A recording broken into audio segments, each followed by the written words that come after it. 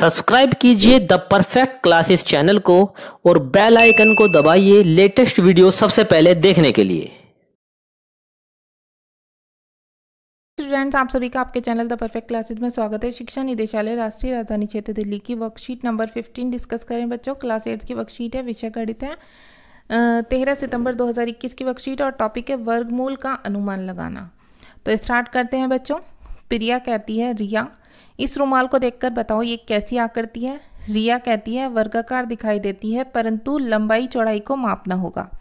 प्रिया कहती है क्या तुम बिना पैमाने की मदद से लंबाई तथा चौड़ाई बता सकती हो। रिया कहती है नहीं। प्रिया कहती है इस आकृति का क्षेत्रफल 225 वर्ग सेंटीमीटर है, तो हम इसका वर्गमूल निकाल सकते हैं और वर्गमूल अनुमान लगाकर भी निकाल सकते हैं। रिया पूछती है कैसे। प्रिया कहती है आओ मैं आपको समझाती हूँ।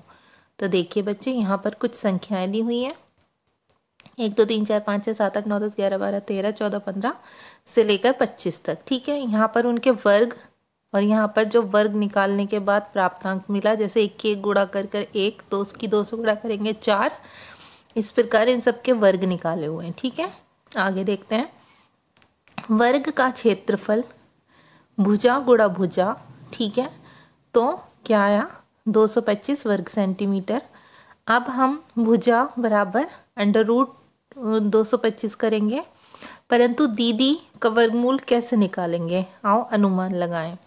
225 में इकाई का अंक 5 है, अतः वर्गमूल संख्या का इकाई का अंक 5 ही होगा। हम जानते हैं कि 10 का वर्ग 100 है तथा 20 का वर्ग 400 है। 100 से बड़ा 225 और 225 से बड़ा 400। 10 और 20 के बीच एक ही संख्या है जिसका इकाई का अंक 5 है, अतः वह संख्या कौन सी है, 15 है। इसलिए 225 का वर्गमूल 15 होगा। अब हम 228 का वर्गमूल ज्ञात करते हैं। इससे अगली पूर्ण वर्ग संख्या 256 का वर्गमूल 16 है, अतः 15 का वर्ग तो हो गया 225, 16 का वर्ग हो गया 256।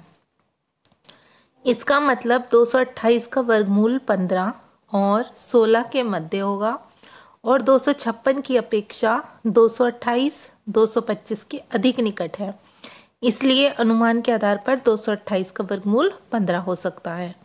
आप अनुमान के निशान देखिए, इस तरीके का निशान या अनुमान का भी आप उपयोग कर सकते हैं। अतः 228 का वर्गमूल हमसे पूछा जाएगा तो वो भी हम 15 ही लिखेंगे, अनुमानतः 15, क्योंकि बच्चों ये किसका 15 का कितना होता है, वैसे तो 225 होता है, लेकिन 228 का भी 15 ही मानेंगे हम, क्योंकि वो उसके ही निकट आ रहा है।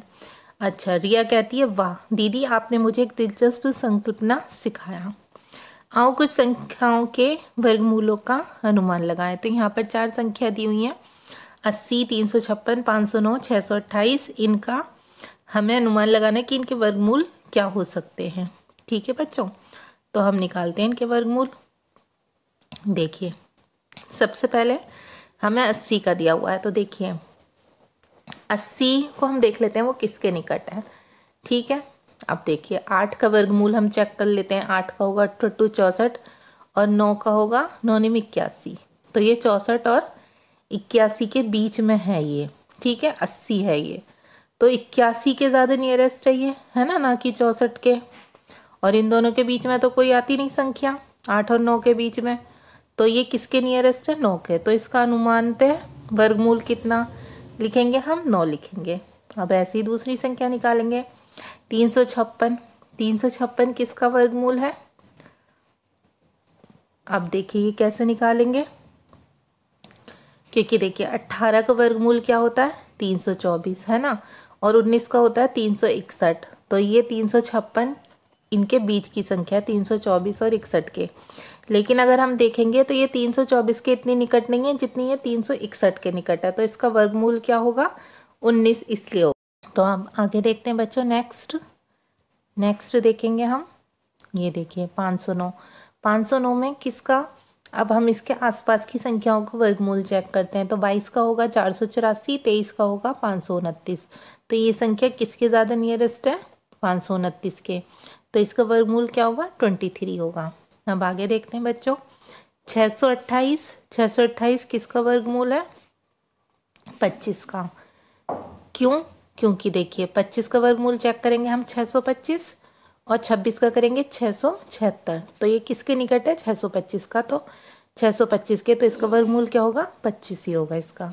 ठीक है बच्चों, तो आपकी वर्कशीट सॉल्व हो गई। अगर आपको मेरी वीडियो पसंद आई है तो प्लीज़ मेरी वीडियो को लाइक कीजिए, शेयर कीजिए, हमारे चैनल को सब्सक्राइब कीजिए। Thanks for watching.